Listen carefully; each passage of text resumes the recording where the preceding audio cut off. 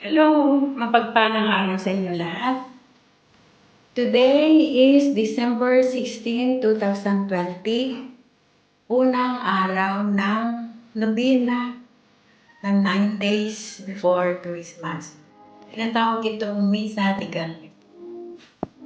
Taon-taon ito guys, kami ng aking mga apo ay nagsisimba. Alas 3 pa lang mga gising na kasi nag-i-start yung Misa is 4:30 daling araw hanggang 5:30 sa kababas. Ngayon guys, tayo ay magpasalamat na isa lang itong paraan sa kapanganakan ng ating Panginoon Jesucristo.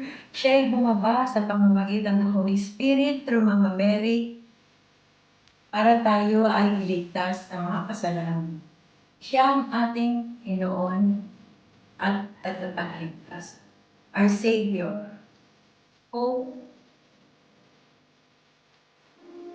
at ating Panginoon ng buhay. Kaya guys, sa araw na ito ay dapat lang siyang purihin at sambahin.